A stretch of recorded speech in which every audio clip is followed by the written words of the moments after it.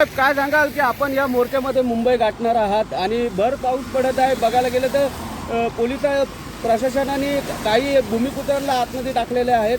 रेशमी पोपेटा हिलाही आतमध्ये टाकलेले आहेत आणि आपण स्वतः या मोर्चामध्ये सहभाग मुंबईला पोहोचण्याचा प्रयत्न करणार आहात. कशा प्रकारे राजकीय नेते दिवा पाटील साहेब यांचा नवी मुंबई एअरपोर्टला नाव लागायला पाहिजे याच्यासाठी आपल्या भूमिपुत्रांनी जो आंदोलन उभा केलेला आहे तो आंदोलन मुंबईला जायचं आहे. जरी आमचे कार्यकर्त्यांना आतमध्ये टाकलेले असतील तरी आमचे बाकीचे जे कार्यकर्ते आहेत, जे पब्लिक आहे, माता भगिनी आहेत, या आम्ही मुंबईपर्यंत पोहोचण्याचा प्रयत्न करणारच आहोत. आणि दिवा पाटील साहेबांचं नाव एअरपोर्टला लावल्याशिवाय आम्ही लोक गप्प बसणार नाही. पण एवढ्या पावसात तुम्ही चालत चाललेला आहे. आम्ही जे आहोत ते आम्ही आगरी, कराडी, कोळी, आम्ही या समाजाचे लोक, आम्ही शेतकरी लोक आहोत. आम्हाला पावसाची काय परवा, आम्हाला डोंगर दरे पावसाची काही भीती नाही, आम्हाला पोलिसांची कोणाची भीती नाही.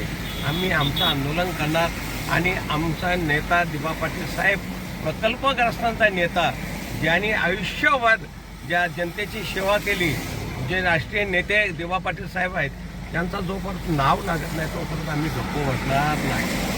दिवा पाटील यांचं नाव लागण्यासाठी सरकार काय अपयश करत आहे, टाळाटाळ काय करत आहे? सरकार का टाळाटाळ करते ते सरकारला तुम्ही विचारा, ते काय आम्ही सांगू शकत नाही. कारण तुम्ही पत्रकार असतात, आमच्यापेक्षा जास्त माहीत आहे. पण आम्हाला जे आम्ही शेतकरी, आम्ही जे मंडळी आहोत, आम्हाला 12.5% सुद्धा आम्ही जे आमचे 5 हुतात्मे झाले जासईला 1984 या आंदोलनासुद्धा मध्ये मी होतोच. तेव्हापासून आम्हाला आंदोलन करायचे, आम्ही जे आजपर्यंत मिळवलं आहे ते आंदोलन करूनच मिळवलेलं आहे. ना आमचं आंदोलन हा चालू राहिला राहणार आहे.